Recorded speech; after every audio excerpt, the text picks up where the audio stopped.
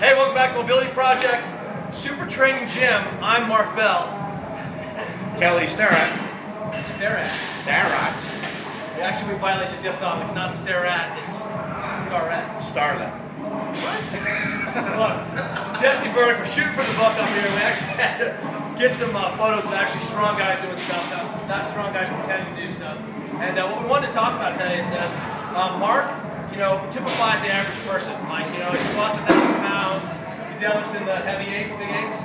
Get close to 800 pounds. 800 pound deadlift, roughly 900 pound bench. You know what I'm talking about. But sometimes that person has a hard time getting into some of the positions we talked about on MobilityWOD, right? So, what are the things you're doing to solve that problem?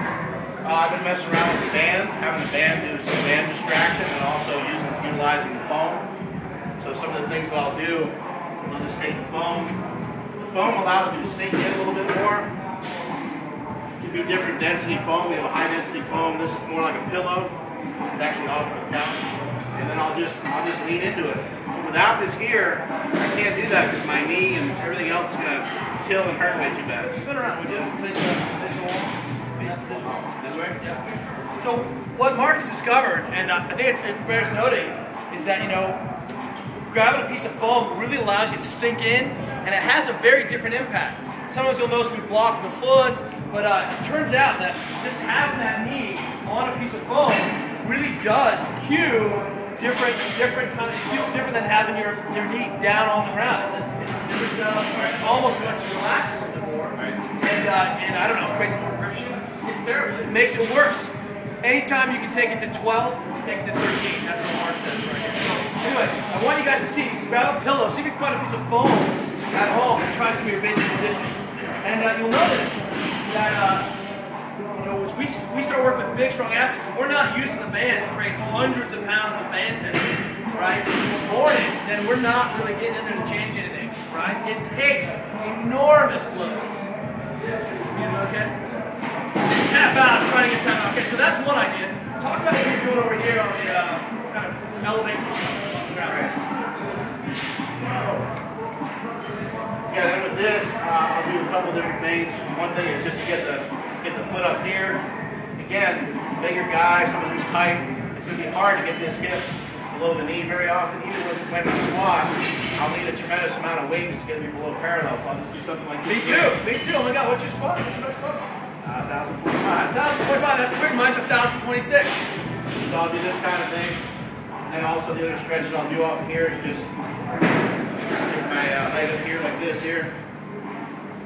And I'll sink into the foam as hard as I can. I'll just try to ram that hip back into the socket.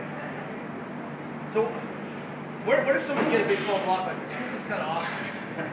I have no idea. Upholstery shop. You'd have to go to your local upholstery shop to try to find something like that. Well, what you're seeing is a couple things. One is that it absorbs a lot of your blood from deadlifting, which is cool. I bleed on the Mwod. The second thing is that, adjust position, drop your leg off, and then the foam really does it. I think it adds that piece. Toy with it. Revolving every single day.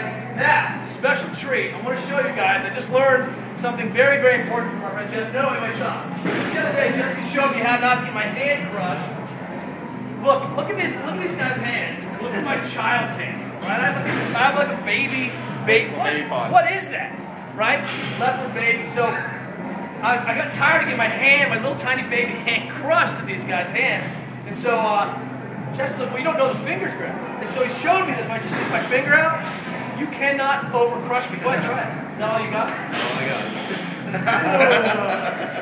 got. Yet if I surrender the finger. Anyway, so I want to show you that.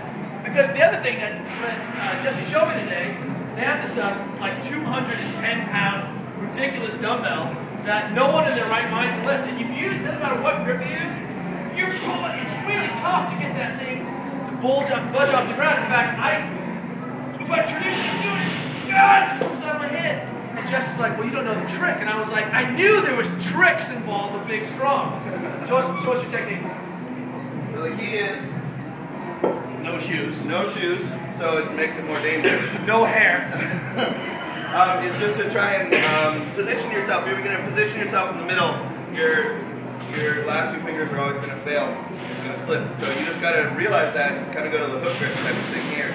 So just position yourself a little bit further off because you know it's going to tilt back towards you. Kind of hook grip into it, let it fall, then you pick it up like that. Grab it up. Did you have to walk around? No, I just want to grab look it at the difference. Seriously, this pissed me off because as soon as I saw that, so I was like, oh, I can do that, and I can even do it with my left hand. I'm like, what the hell? So this has been Kelly Starrett, Mark Bell, and Jesse Burdick on the Mwod. We'll see you guys tomorrow.